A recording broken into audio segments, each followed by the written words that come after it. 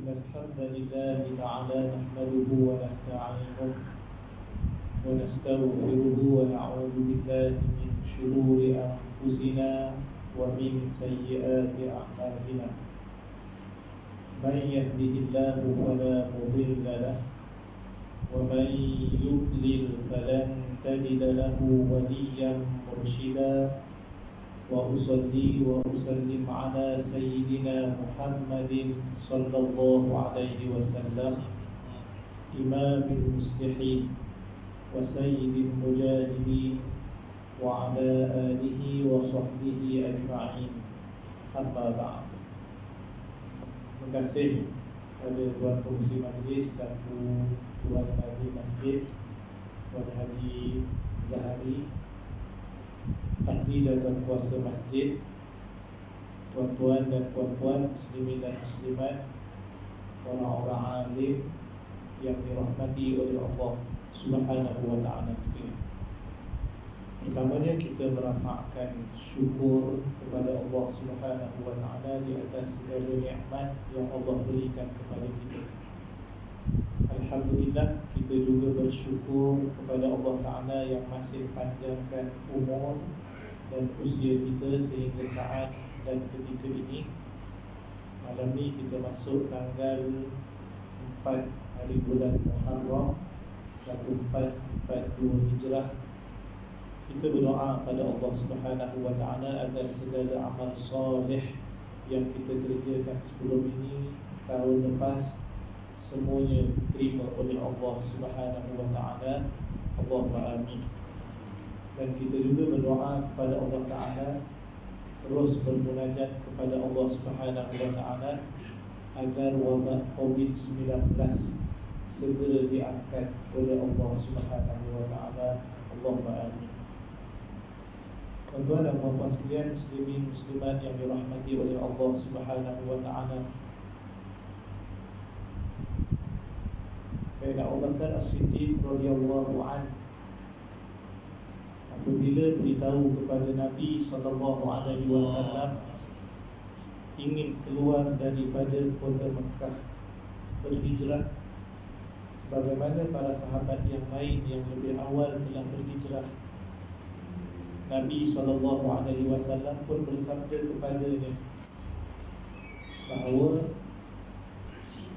Nabi berdoa kepada Allah Ta'ala ayyudzanali, supaya diizinkan kepadanya juga untuk berhijrah. Nabi SAW bila sebut begitu, Sayyidina Abu Bakar pun faham Nabi tidak keluar daripada kota Mekah sehingga saat itu adalah kerana belum mendapat wahyu keizinan daripada Allah Subhanahu wa ta'ala. Sedangkan para sahabat yang lain kebanyakannya telah berhijrah. Antara yang awal berhijrah adalah Abu Salamah, isterinya Ummu Salamah, dan anak lelakinya Salamah. Ini dalam riwayat menyebut sebelum daripada Bai'atul Aqabah Al-Kubra ataupun Bai'atul Aqabah yang kedua. Itu pun mendapat ujian yang besar daripada Allah Subhanahu wa ta'ala. Bersiap dengan bekalan tunggangan dalam perjalanan yang belum jauh daripada kota Mekah. Keluarga Ummu Salamah ramai-ramai datang bagi tahu kepada Abu Salamah bahawa kamu kalau nak keluar sila, tetapi Ummu Salamah ini dia bintuna, dia adalah anak perempuan kami. Kami tak akan benarkan dia keluar. Dirampas Ummu Salamah dan anak lelakinya daripada Abu Salamah. Abu Salamah bertolak seorang.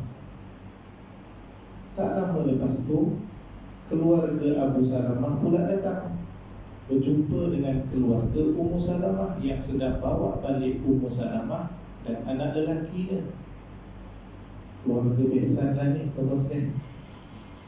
Dia kata, Abu Salamah telah pergi, Ummu Salamah keluarga kamu, tetapi Salamah ini adalah keturunan kami. Dia rampas Salamah daripada ibunya. Terpisah satu keluarga yang sedang dalam perjalanan hijrah, ujian daripada Allah Subhanahu wa taala. Sahabat Nabi yang lain, Suhaib ibn Sinan Ar-Rumi, saudagar, businessman, keluar daripada kota Mekah. Orang-orang kafir Quraisy sekat tengah jalan. Kunta anta, engkau dahulu sa'lukan haqiran, fakathura maluka indana. Dulu engkau datang dalam keadaan kurus, dalam keadaan yang hina, dan kemudian telah banyak hartamu di sisi kami. Mereka sangka kalau Suhaib pergi, hartanya juga dibawa sekali, maka tak ada apa yang tinggallah untuk orang Mekah. Suhaib faham apa yang disebutkan oleh orang-orang Quraisy. Lalu Suhaib kata, adakah kalau sekiranya aku tinggalkan hartaku dan aku jadikan untuk kamu semua, engkau akan biarkan aku pergi keluar daripada Mekah? Orang Quraisy kata, ya. Mereka anggap mereka beli barang daripada Suhaib ibn Sinan Ar-Rumi.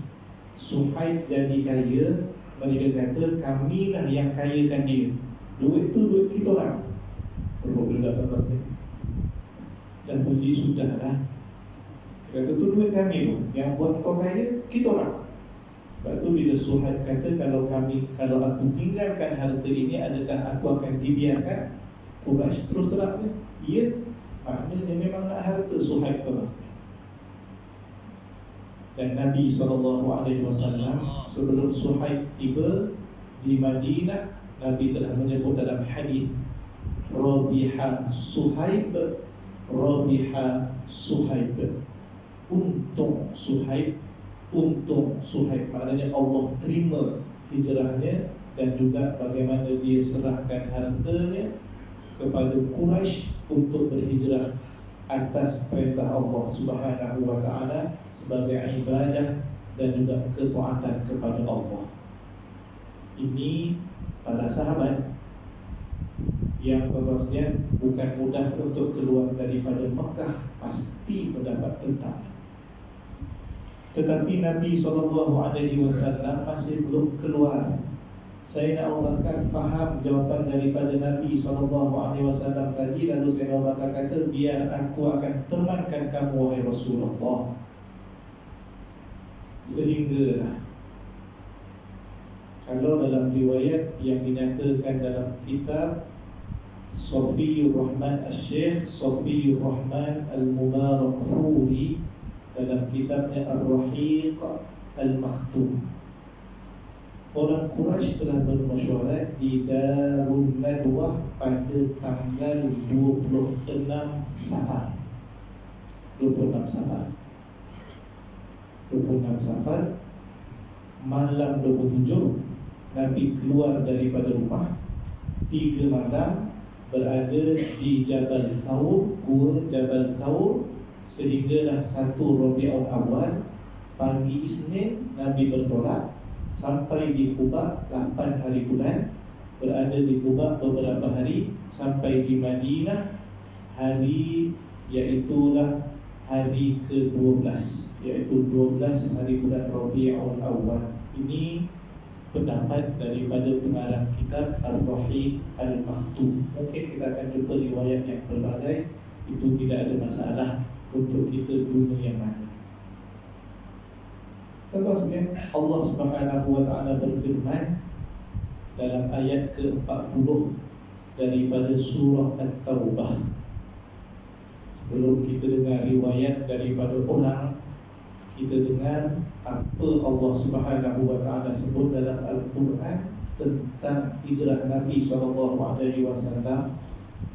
Walaupun bukan semuanya, tetapi ini antara yang boleh kita dapat dan pastilah ia tepat. Allah Ta'ala berfirman, illa tansuruh, a'udzubillahi minasyaitonir rajim, illa tansuruh faqad nasarahu Allah id akhrajahu alladhina kafaru thaniyah nain id huma fil ghar id qala li sahibihi la tahzan innallaha ma'ana. Sekiranya kamu semua tidak membantunya, tidak membantu Nabi SAW, oleh manusia, kalau kamu semua tak nak tolong Nabi Muhammad SAW, faqad nasarahu Allah, sesungguhnya Allah telah membantunya. Ada 3 perkataan id diulang pada ayat yang sama. Yang ini para ulama kata, para ulama tafsir Ibn Kathir, begitu juga dengan ulama-ulama yang lain, itu merujuk kepada bantuan Allah Subhanahu wa taala pada 3 tempat yang tidak boleh untuk disangkal, iaitulah id akhrajahu alladhina kafaru thaniyah nain, ketika mereka mengeluarkan kamu berdua, thaniyah nain, Nabi SAW dan juga Sayyidina Abu Bakar. Id huma fil ghar, yang kedua, ketika kamu berdua ataupun ketika mereka berdua, Nabi SAW dan juga Sayyidina Abu Bakar, fil ghar, iaitu di dalam gua di Jabal Thawr. Kemudian id yang ketiga, id yaqulu li sahibihi la tahzan innallaha ma'ana, ketika kawannya, sahabatnya berkata kepada kawannya, iaitu Nabi SAW, sebut kepada Sayyidina Abu Bakar, la tahzan, jangan bersedih, innallaha ma'ana, sesungguhnya Allah bersama dengan kita.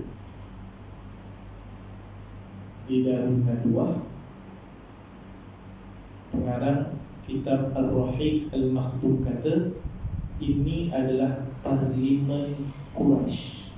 Parlimen Quraisy, tempat yang sangat penting. Kalau bincang, mesti perbincangan yang penting. Di sinilah mereka putuskan satu keputusan untuk membunuh Nabi SAW. Adalah riwayat yang agak panjang, siapa yang berbicara dengan Abu Jahal pula kata macam mana, siapa tokoh-tokoh yang hadir, semua ada dalam kitab sirah. Kita nak ambil pengajaran.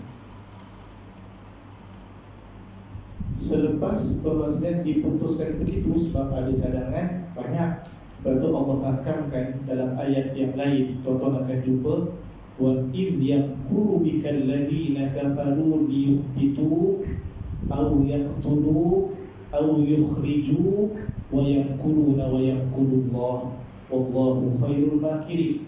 Allah dedahkan ayat Quran ada 3. Ketika mereka merancang untuk menangkap kamu, ataupun membunuh kamu, ataupun mengusir kamu. Maknanya 3 ini disebut dalam Al-Quran, ia memang antara cadangan yang ada dalam mesyuarat itu. Darul Nadwah. Tuan-tuan sekalian, Allah takdirkan yang mereka rancang itu, tuan-tuan sekalian, kalau kita baca, bukan biasa-biasa punya perancangan. Sebab mereka sudah mengambil kira, kalau seorang yang bunuh Nabi SAW, iaitu tak ramai orang, hanya seorang, nescaya keluarga Nabi SAW akan tutup bela. Orang Arab ni kuat kabilah, tuan-tuan sekalian, kuat. Tetapi mereka putuskan 10 ataupun 11 kabilah yang bermesyuarat, setiap kabilah mesti siapkan seorang pemuda yang paling tangkas dan paling kuat, akan dibekalkan dengan pedang yang paling tajam.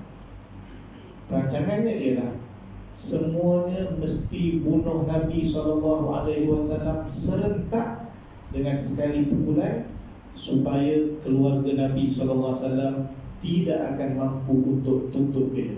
Itu idea. Terus dia, ketika mereka sudah putuskan, tu pagi kalau ikut riwayat 26 hari bulan, Sayyidina Abu Bakar dan keluarganya di rumah. Kemudian riwayat daripada Aisyah radhiyallahu anha, Aisyah kata,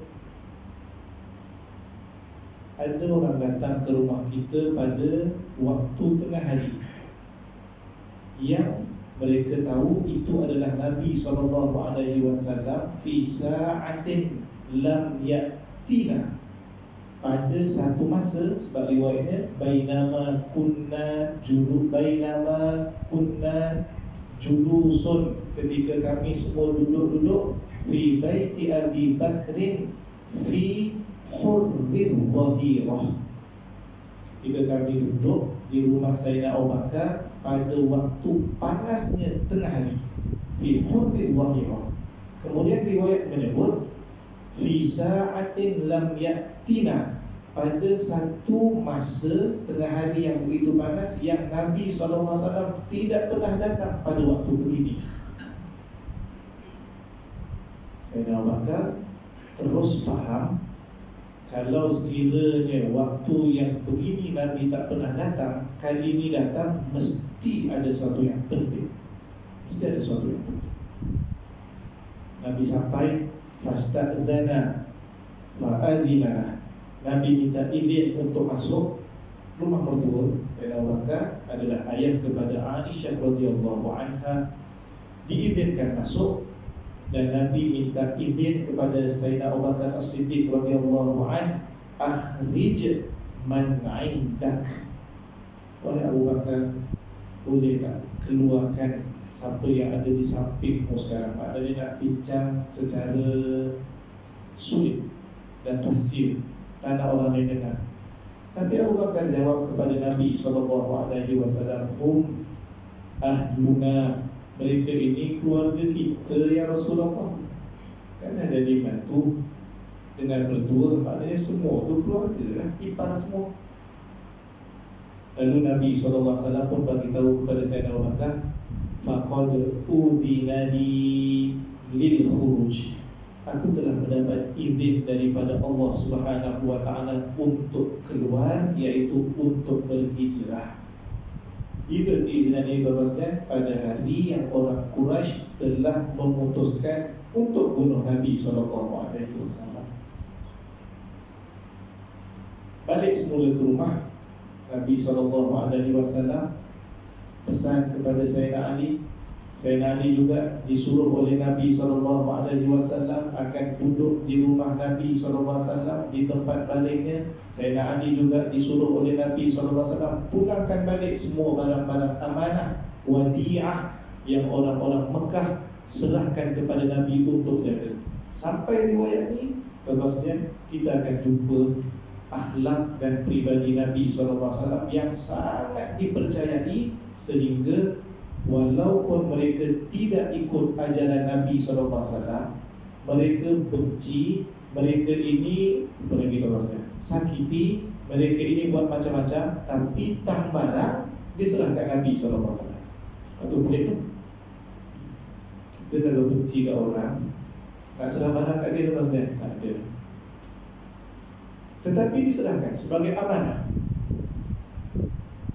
Maknanya mereka akui kejujuran Nabi SAW, akhlaknya, budi pekertinya, tetapi mereka tidak ikut agama Nabi SAW.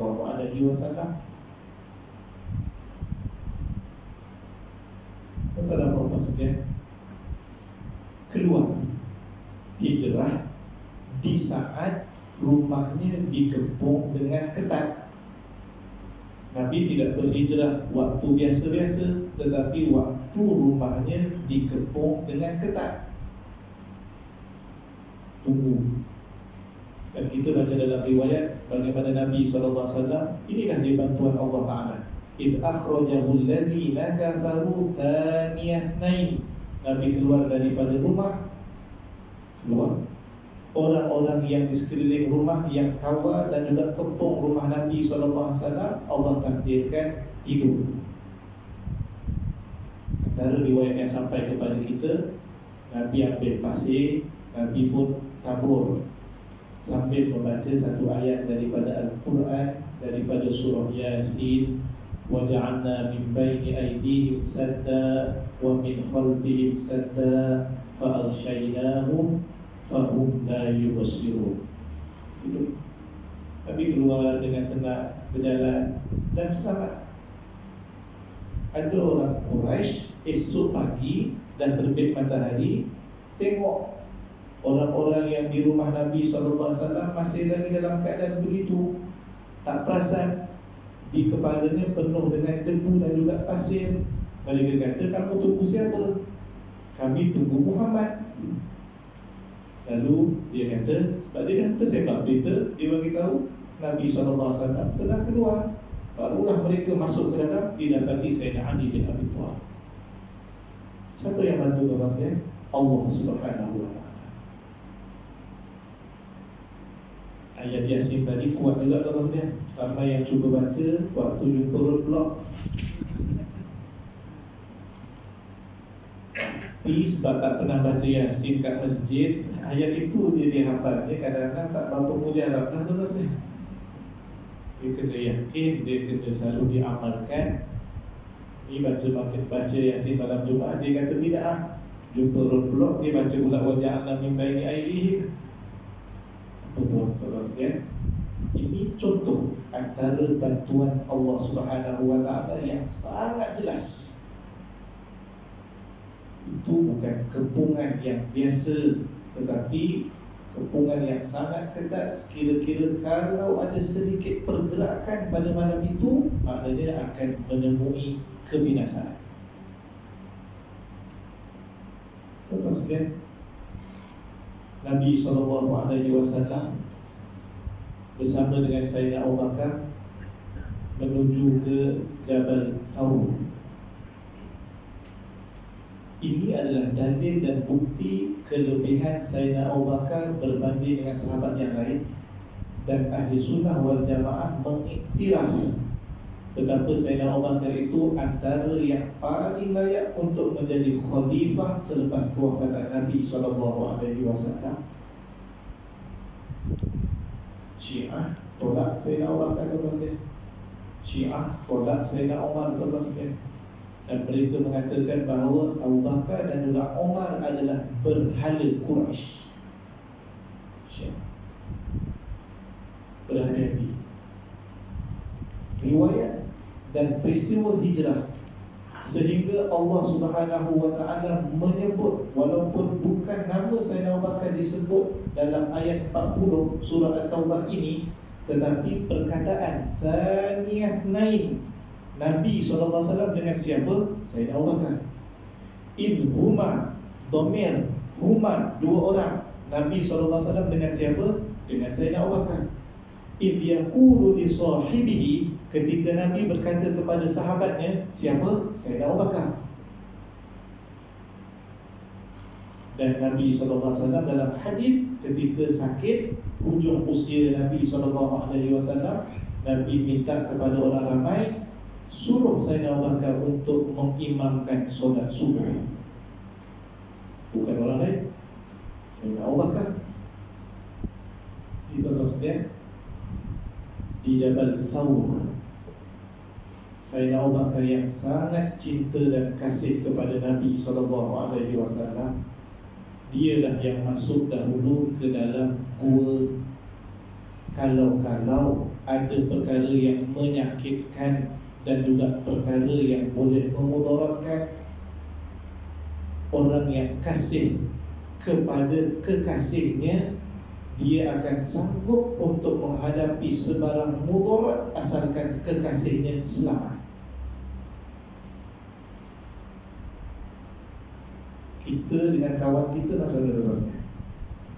Itu kalau nak uji lah, kita yang sayang kat kawan kita ke kawan kita yang sayang kat kita terusnya. Tengoklah, kalau masing-masing berebut, tak apalah, kau masuk dululah. Kalau mati pun kau dulu, tak apa. itu bukan sahabat sejati. Tapi Sayyidina Abu Bakar menunjukkan, Masya Allah, yang penting Nabi SAW, yang perlu selamat Nabi SAW, apa-apa Nabi SAW.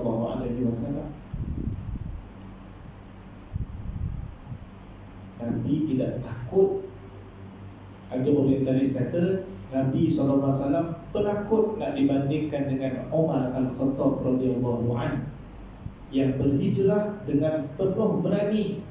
Dan memang kita baca riwayat Sayyidina Umar bila berhijrah, dia pergi mana tugasnya? Dia terus keluar ke? Tidak. Dia singgah di Kaabah, tawaf 7 pusingan. Lepas siap tawaf 7 pusingan, solat 2 rakaat sunat, kemudian bangun dan buat pengumuman nak pergi hijrah.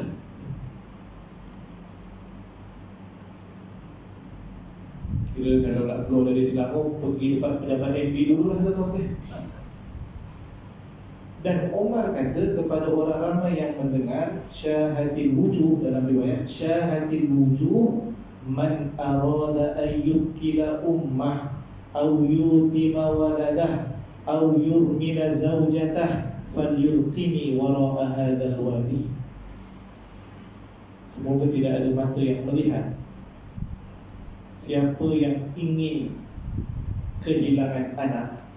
Siapa yang ingin kehilangan anak, siapa yang ingin istrinya, siapa yang ingin istrinya menjadi janda, dan siapa yang ingin anaknya menjadi yatim.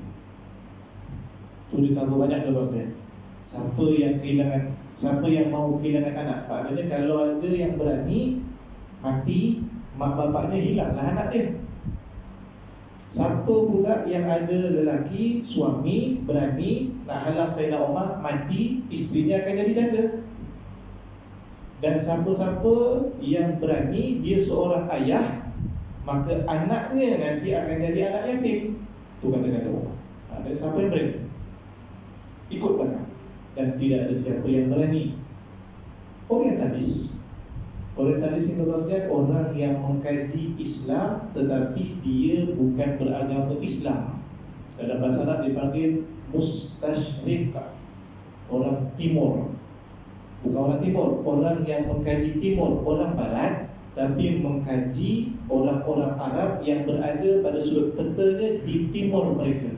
Itu dipanggil orientalis. Halus perkataannya. Nabi SAW berkahwin dengan budak bawah umur. Na'udzubillah. Nabi SAW lebih penakut daripada Umar. Na'udzubillah. Bahkan ada yang menyebut juga Nabi dan orang-orang Islam adalah pelarian. Na'udzubillah. Sikit halus, orang tak perasan, tetapi itu bukan bahasa kita beradab dengan Nabi SAW.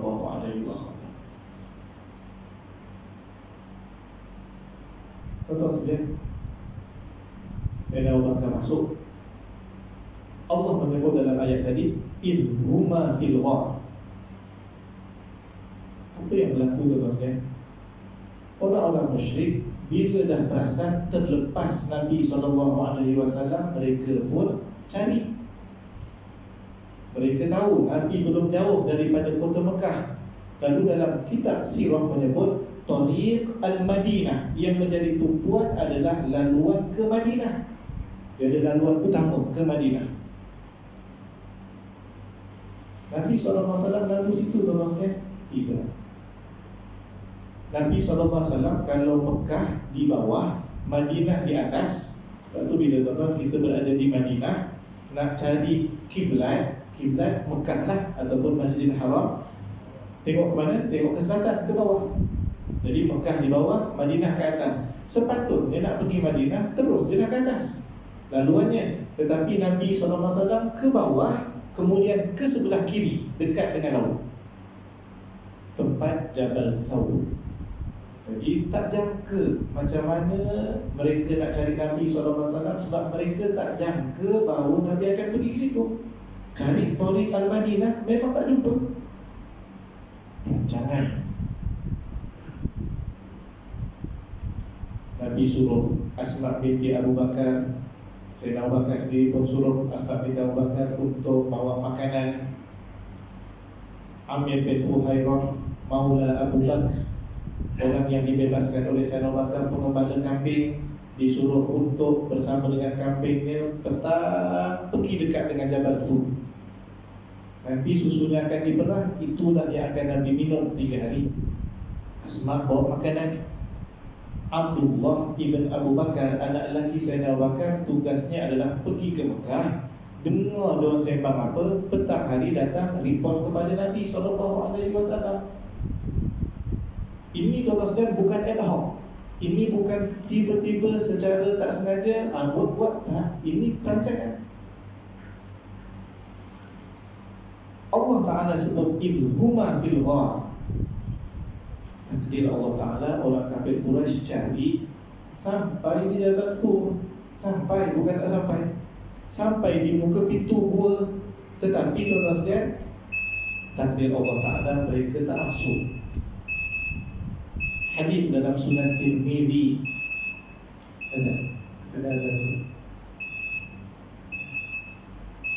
SOP ni kena berhenti ni. Sambung sikit je lepas dia balik.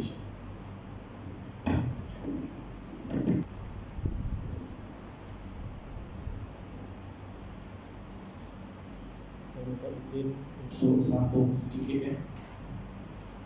Kerana kita berhenti tadi. Hadis daripada Tirmidzi yang bimbang adalah Sayyidina Abu Bakar. Nabi SAW tenang, tidak takut apa-apa tuan sekalian. Riwayat menyebut Sayyidina Abu Bakar yang perasan orang-orang Quraisy sudah berada di depan pintu Jabal Thur. Dia gua tu dia bukan turun ke bawah, tapi kalau nak masuk dia kena tunduk tuan sekalian, tunduk. Sebab apa? Langit, dia kata langit lah, dalam istilah sainsnya dipanggil stalagmit bawah yang pacak begitu, yang atas ni stalaktit, dia ke bawah, dia kena tunduk. Abu Bakar kata dalam riwayat ini, ya Rasulullah, law nadhara ahaduhum tahta qadamihi la ra'ana. Kalaulah salah seorang daripada mereka tunduk ke bawah dengan maksud macam tengok kakinya, bila tengok ke bawah saja akan nampaklah kita di ujung. Ada Sayyidina Abu Bakar yang bimbang bagi tahu Nabi, ya Rasulullah, kalau salah seorang tunduk saja tengok, nescaya mereka akan nampak kita. Nabi tenangkan Sayyidina Abu Bakar. Orang yang boleh tenangkan orang biasanya orang yang tenang. Kita ni kalau 2, 3 gabrah tak boleh tenangkan orang tuan-tuan. Yang seorang lagi menjerit-jerit tuan-tuan. Tenangnya Nabi SAW. Ya Aba Bakrin, ma dhannuka bithnain Allahu thalithuhuma. Wahai Abu Bakar, apa yang kau sangka dengan 2 orang? Kita ni 2. Yakinlah Allah yang ketiga. Maknanya Allah sentiasa bersama dengan kita. Masya Allah. Adapun sarang labah-labah yang jadi logo Ma'al Hijrah Rasulullah itu semua ada dalam riwayat. Maka orang-orang Quraisy tak masuk. Siapa yang menyebabkan mereka tak terfikir untuk masuk? Allah Subhanahu Wa Taala. Kenapa? Inilah maksud idhuma fil ghar. Pergi ke Jabal Thur juga perancangan. Anak-anak Sayyidina Abu Bakar semua ada peranan. Asma yang bawa makanan juga ada peranan lain, mendiamkan atuknya yang bisik di rumah sebelum Sayyidina Abu Bakar keluar. Dalam riwayat Musnad Ahmad, Asma kata, ihtamala Abu Bakar, Sayyidina Abu Bakar membawa bersamanya, ihtamala Abu Bakar malahu kullahu ma'ah khamsata alaf dirham atau sittata alaf dirham. Sayyidina Abu Bakar bila keluar daripada rumah sebelum sampai ke Jabal Thur, mula keluar bersama dengan Nabi SAW, dibawa bersamanya hartanya semuanya dalam riwayat itu. Kemudian disebutkan secara jelas jumlahnya berapa? 5,000 dirham ataupun 6,000 dirham. Ayahnya Abu Quhafah, ayah Sayyidina Abu Bakar, iaitu atuk kepada Asma binti Abu Bakar yang sudah tidak boleh melihat, hilang penglihatan, buta. Dia perasan Sayyidina Abu Bakar bawa harta Memang dia sangka banyaklah dia bawa dan bagi tahu kepada cucu-cucunya, habislah korang semua, bapak kau bawa harta semua sekali. Asma pun ambil bekas yang biasanya bekas itu yang diletakkan duit oleh Sayyidina Abu Bakar, kemudian diisi dengan batu, kemudian letak dibungkus, letak tangan Abu Quhafah atuknya pada bekas itu. Ayah kami tinggalkan kepada kami khairan katsira, tinggalkan kepada kami kebaikan yang cukup banyak. Tak kata harta, dia kata kebaikan yang cukup banyak. Dia letakkan tangan pegang. Atuknya pun puas hati. Ya, okey. Tujuannya suruh senyap. Ni kalau bising ni tak selesai, tak keluar-keluar bapak aku ni. Tuan-tuan, mari kita kira 5,000 dirham itu yang dibawa oleh Sayyidina Abu Bakar, banyak mana duit RM hari ni, bos? Tuan-tuan kira. Saya cuba kira. Dirham duit perak, kalau dinar duit emas. Tuan-tuan, emas tengah mahal ni tuan-tuan. Hari ni punya harga RM288 1 gram. 288. Minggu lepas lagi mahal, 303 yang paling mahal tuan-tuan. Dulu 160, 170, ni dah 288 hari ni punya harga. Emas, dinar, duitnya dinar, ini kalau zakat nisabnya adalah 85 gram. Tetapi kita nak kira ni kena tahu nisab untuk dirham, iaitu duit perak. Dalam kitab zakat, hadis-hadis yang menyebut tentang nisab zakat bagi perak adalah 200 dirham akan kena zakat.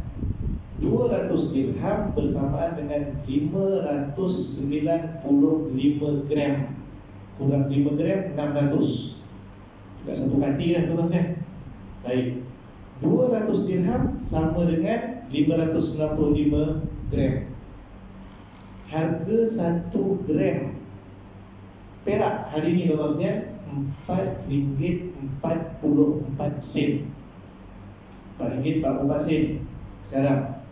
200 dirham nisab. Sebab itu dalam tajuk nikah, Nabi SAW mahar untuk isterinya dibayar 2 nisab, iaitu nisab bain. Bila nisab bain maksudnya berapa? 200 kali 2, iaitu 400 dirham. Sekarang Nabi Sayyidina Abu Bakar bawa 5,000 dirham. Nak tahu berapa harga, kena tahu gramnya berapa. 5,000 dirham itu 200 dirham 595 gram. 200 dirham nak pergi 5,000 darab dengan 25, maka 595 gram kena darab dengan 25, jumlahnya adalah 12,875 gram. 5,000 dirham bersamaan 12,875 gram. Tuan-tuan, darab dengan RM4.44. Hari ni punya harga RM66,045. Kaya ni tak Sayyidina Abu Bakar? Duit cash kat rumah tuan-tuan, bawa pergi hijrah macam tu je. Seorang yang dikasihi oleh Nabi, dia juga kasih kepada Nabi SAW. Seorang yang hartawan, seorang yang dermawan, seorang yang setia. Tuan-tuan, semua Sayyidina Abu Bakar kaya pemurah. Kita ni tak kaya, kedekut. Tapi bukan orang sini, bukan orang sini. Kampung saya dah tu kaya bang. Pergi je lah. Kita pergi balik kampung pun tak bawa 66,000 tuan-tuan. Muncul je RM60. Biasanya duit isteri kita lah untuk isi minyak tuan-tuan. Silap-silap ambil sifat ini tuan-tuan. Perang Tabuk, Sayyidina Abu Bakar serahkan harta. Nabi SAW buka tabung infak. Yang bagi sikit Nabi terima, yang bagi banyak Nabi terima. Sayyidina Umar bawa sejumlah hartanya. Ditanya oleh Nabi SAW, berapa banyak yang kau tinggalkan kat rumah untuk ahli keluarga? Umar kata, mithlu, seumpama dengannya. Banyak ni diinfakkan, banyak ni juga kat rumah ada. Maknanya berapa? 50-50. Sayyidina Abu Bakar bawa hartanya, diserahkan kepada Nabi SAW. Nabi tanya soalan yang sama yang ditanya kepada Umar. Jawapan Abu Bakar adalah taraktuhumullah wa rasulah. Aku tinggalkan untuk mereka Allah dan Rasulnya sahaja. Semua. Itu yang Sayyidina Umar sebut dalam riwayat lain, selamanya aku tak boleh nak lawan Sayyidina Abu Bakar dalam perkara kebaikan. Ambil sifat itu Mas. Tak kaya tetapi pemurah, tak apa Mas. Tak kaya pun tak apa. Sebab dengan harga emas tu Mas, boleh sebut adalah harga dia beli tak boleh Mas. RM288 kan itu Mas. Dan yang terakhir dalam ayat yang kita bacakan tadi adalah id yaqulu li sahibihi la tahzan. Itu yang disebutkan tadi bahawa wahai Abu Bakar, apa yang kamu sangka kita berdua Allah yang ketiga. Ini adalah ayat menenangkan. Dalam Quran sebut la tahzan. Nabi sebut pada Sayyidina Abu Bakar, jangan bersedih, la tahzan. Jadi tuan-tuan sekalian, mudah-mudahan beberapa perkara yang kita sebutkan itu bermanfaat untuk kita ambil pengajaran daripadanya. Hijrah pada hari ini bukan hijrah daripada satu tempat, pindah dari satu tempat ke satu tempat. Semalam dalam khutbah kita masukkan hadis hijrah yang sebenar pada hari ini adalah tinggalkan segala yang dilarang oleh Allah Subhanahu wa taala. Wal muhajiru man hajara ma nahallahu an. Dan orang yang berhijrah itu adalah orang yang tinggalkan apa yang dilarang oleh Allah Taala. Begitu juga ambil kesempatan untuk kita kukuhkan identiti kita, gunakan kalender Islam. Semalam juga disebut dalam khutbah, dan kita sebut satu-satu yang betul supaya semuanya betul sebut. Tapi kita dapat report khotibnya pula tak betul sebut. Kita dah hijau betul-betul dengan jawinya, tiba-tiba khotib kata khutbah tu yang salah. Yang ni kacau. Dia salah, dia kata khutbahnya yang salah khutbahnya. Lalu dia sebut yang dia percaya. Contohnya bila Syawal tidak ada sabdu disebut, itu tak tepat. Waw itu ada sabdu Syawal. Kita biasa sebut Jamadil awal, tidak tepat. Jumadal ula, Jumada al-akhirah. Zulqa'dah tidak tepat. Zulqa'dah. Dia bukan kaedah, betul-betul saya bukan. Dia duduk situ, qa'dah. Zulqa'dah, orang Arab duduk, tidak bergerak. Jadi mudah-mudahan kita kembali kepada kalender ini dan kita sebut dengan betul ia identiti kita tuan-tuan sekalian. Tak salah nak guna miladi, tetapi jangan tinggal yang hijri, jangan tinggal. Jadi mudah-mudahan kita terus kuat, mudah-mudahan kita juga terus jaga SOP kita. Ini juga bentuk hijrah tuan-tuan sekalian, hijrah norma baru tuan-tuan sekalian. Selagi tidak ada ubat yang Allah takdirkan sebagai penawar bagi COVID-19, maka segala yang kita buat untuk elakkan mudarat, itulah cara kita untuk wiqayah, untuk mencegah tuan-tuan sekalian. Memang kita nak sangat salam dengan kawan-kawan kita tuan-tuan sekalian, tetapi nak buat macam mana? Setakat ni kita tak tahu. Kalaupun kawan kita okey, sekarang kita tak tahu kita tu okey ke tak okey. Jadi kerana kita sayangkan kawan kita, kita tidak bersalam dengan dia tuan-tuan sekalian. Dan ini ada asasnya. Apabila Nabi SAW terima satu rombongan ketika bai'ah daripada Bani Thaqif. Bai'ah ni tuan-tuan sekalian iaitu janji setia. Kalau lelaki berjumpa dengan Nabi bai'ah mesti salam. Semua riwayat kata salam. Dengan perempuan dia Nabi tak salam. Maknanya bersalam ketika bai'ah ni suatu yang sangat penting. Seakan-akan kalau tak salam tidak bai'ah lah dengan Nabi SAW.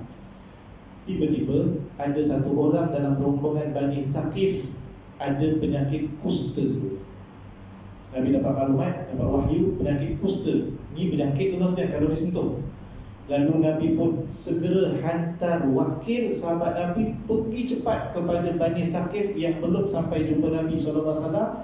Bagi tahu kepada lelaki itu, riwayat menyebut sahabat Nabi ini berkata, qad bay'naka farji', kami telah terima bai'ah kamu, maka baliklah beredar. Maknanya Nabi pun tak salah. Ini asasnya. Jadi itulah terusnya, bawa sejadah sendiri, jarak-jarak dan seumpamanya. Ada orang kata, saya tak takut COVID-19, saya hanya takut kepada Allah. Boleh tahan juga tu. Terusnya, Nabi SAW yang lebih takut kepada Allah, Nabi yang suruh kita lari daripada penyakit berjangkit, kama tafirru minal asad, sebagaimana larinya kamu daripada singa. Jumpa singa, dia nak makan kita, lari terus. Nabi kata lari. Yang berani sangat ni terus, cuba letak singa depan dia terus. Kalau dia lari, kita bagi tahu dia, tak takut dengan Allah Ta'ala ni, dia takut dengan singa ni. Kan begitu perkiraannya.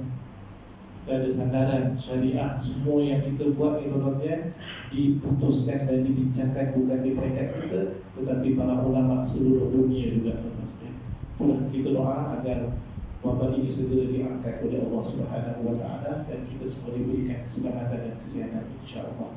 Kita maaf pada tuan-tuan, lebih daripada masa yang sepatutnya. Yang baik datang daripada Allah, yang kurang daripada saya, hakikat keduanya daripada Allah jua. Aku qauli hadza, astaghfirullahal azim li wa lakum. Assalamualaikum warahmatullahi wabarakatuh. A'udzu billahi minasyaitonir rajim. Bismillahirrahmanirrahim. Alhamdulillahirabbil alamin. Wassalatu wassalamu ala asyrafil anbiya'i wal mursalin wa ala alihi wa sahbihi ajma'in. Allahumma faqihna fid din wa 'allimna at-ta'wil واهدنا صراطك المستقيم. اللهم انفعنا بما علمتنا وعلمنا ما ينفعنا وزدنا علما. اللهم يا دافع البلاء ادفع عنا هذا الوباء والبلاء والمرض والشدائد عن بلدنا هذا خاصة وعن سائر بلاد المسلمين عامة. اللهم إنا نعوذ بك من زوال نعمتك وتحول عافيتك وفجاءة نقمتك وجميع سخطك. اللهم إنا نعوذ بك من البرص والجنون والجذام ومن سيء الأسقام. وصلى الله على سيدنا محمد وعلى آله وصحبه وبارك وسلم والحمد لله رب العالمين.